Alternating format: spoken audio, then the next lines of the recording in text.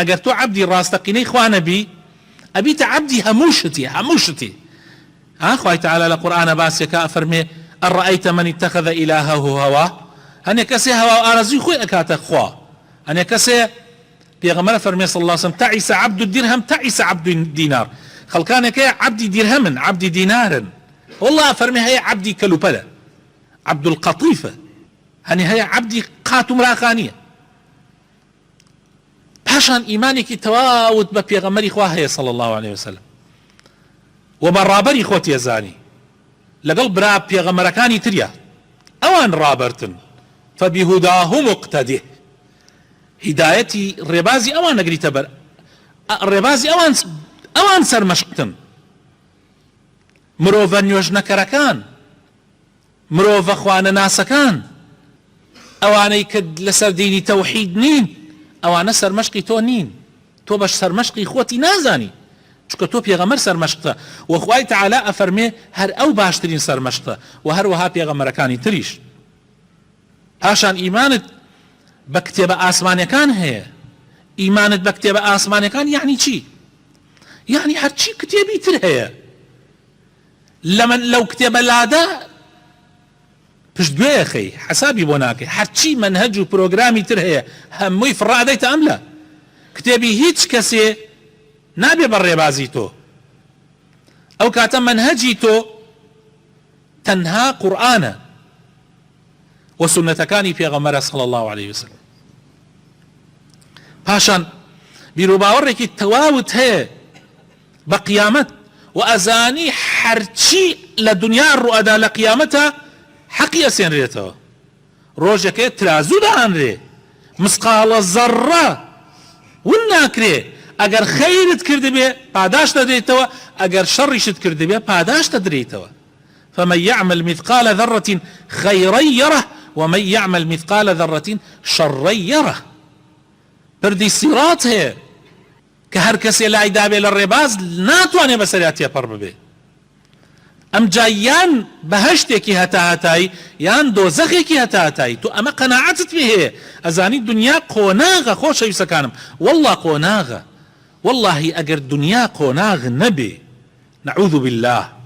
ئەگەر دنیا قۆناغێکی کەم و بچووک والله حەقە لەگەڵ گشت مردوویەکم و خۆشەویستێکمانە کە ئەمرێ ئێمەش بمری بەڵام ئێمە زانین دنیا قۆناغێکی بچوو کەم بەجێی تێڵیت و ئەڕۆیت و هەمومان یەکە گرینەوە لەوێ براینە محەممەد المستەفا گەڕایەوە بۆ لای خوا پێغەمبەران موسى عليه السلام عیسا عليه السلام بڕۆ پێ حتا گاتە ئادەم عليه السلام هەموویان مردیان بەسەر هاتووە خوای تعالی بە پێغەمبەری خۆمانە فەرمێ ئینەکە مەیت وئینەهم مەیتون ئەو خۆشەویستانە وەفاتیان کرد گەڕانەوە ئەگەر دنیا شوێنێک بوایە شایستە بوایە کە ئینسان تیایە بمێنێتەوە پێغەمبەر صلی الله عليه وسلم کاتیە مخەیەریان کرد لەبەن دنیا و لەبین ڕەفیق الأعلا یعنی قیامەت نەفەرموو ڕەفیق الأعلا یەکسەر لەو کاتە مەلایکەی مەرگ بێگیانی بکێشێ صلى الله عليه وسلم لە دنیا تێگەیشتووە تو ئاوا پێغەمبەری خوا صلی الله عليه وسلم ئاوا سەحابەکانی لە مەکە پەروەردە کرد بۆیە ئەمانە بوون بە کۆڵەکەیەکی قایم بۆ بینای ئیسلامەتی کە 1400 ساڵە گەیشتوتە ئێمە و گۆڕانکاری بەسەرانە هاتووە پاشان ئەخلاقە بەرزەکان ئاکارە پیرۆزەکانی لە گیانیانە دروست ئەکرد پێغەمبەری خوا صلی الله عليه وسلم ڕاستگۆیی دەستپاکی وەفا لێبوردەیی هەموو سیفەتە جوانەکان سیفەتە بەرزەکان دەرونیانی پاڵفتە ئەکرد بەو سیفەتە جوانانە ناخیانی پاڵفتە ئەکرد ئاکار و ڕەوشتە بەرزەکان تایە ڕەنگێدایەوە ڕوحیانی پاک ئەکردەوە تەزکیە ئەکرد بەرزە بوویەوە ئەم ڕوحە لەگەڵ ڕوحی لەگەڵ مەلایکەکانە ئەژیا ڕاستە ئەو لەسەر زەویان مرۆڤە بەس وەکو ڕوح لەگەڵ مەلایکەکانە ئەژیان ئەها ئیماندارە بەرزەکان ئاوان ئیماندارەکان کاتێک تەماشا ئەکەی وردەبیتەوە لەیان سەیرەکەی ڕوحانیەتەکەیان لەگەڵ مەلایکەیە حەست ناکەی مرۆڤن حەست ناکەی مرۆڤێکی گوناحبارن ڕوح ئینسان بەرزەکاتەوە خۆشەویستەکانم بەڵام مادە ئینسان ئەهێنێتەوە ها دیتانە ئیسە ئێمەی مرۆڤ کاتێک ئینسانێ لە ئێمە لە هەر یەکێ لە ئێمە کاتێ زیندووە بڵێ هەڵیگرە دوو زەلام هەڵێگرێ بە ئاسانی بەس کاتێ ڕوحەکەی لێ دەرەکەی سبحان الله کاتێک ڕوحەکە دەرەکەوە ئەم ئینسانە ئەمرێ وە چوار زەلام بە حاڵ هەڵێگرن هابینیتانە جەستە چۆن دا ئابەزێ بەرەو زەوی حەز لە قوڕەکە خۆی لە قوڕ دروست کراوە حەز لە قوڕەکە حەزەکە دایمە لێ لە قوڕا بێ بەڵام ڕوح لە بەرەوەی بەشی خوایی لە ناو لاشەی ئینسانە حەزەکە بەرەو ئاسمان بچێ پێغەمبەر صلی الله علیه وسلم هەموو پێغەمبەران ئیشیان ئەوە بوو ئەو ڕوحە پاککەنەوە بەردەوام پیس نەبێ بە قوڕەکە قەڵەخ نەبێ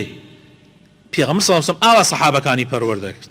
لە مەککە ئەو 13 ساڵە بۆیە بەرگەی هەموو ناڕەحەتێکیان نەگرت بۆیە ئازارەکان لەلایەن ئەبوو بە خۆشی ئەبوو بە بەختەوەری ئەیانیان کوشت لە ژێر ئەشکەنجەوە ئازار ئەوان هەرەیان وت ئەحەد ئەحەد بەرەوەی بەرگیان نەکرد لە ئەو پەڕی لوتکەی دەوڵەمەنی و کەلپەلجوانی و بۆنخۆشی و چی هەمویان واز لێ ئێهێنا ئەهاتن ئامادە بوون هەموو ناڕەحەتیەک بچێژن لەبەرەوەی ئازانی ئەمە حەقە ئەوە ناحەقە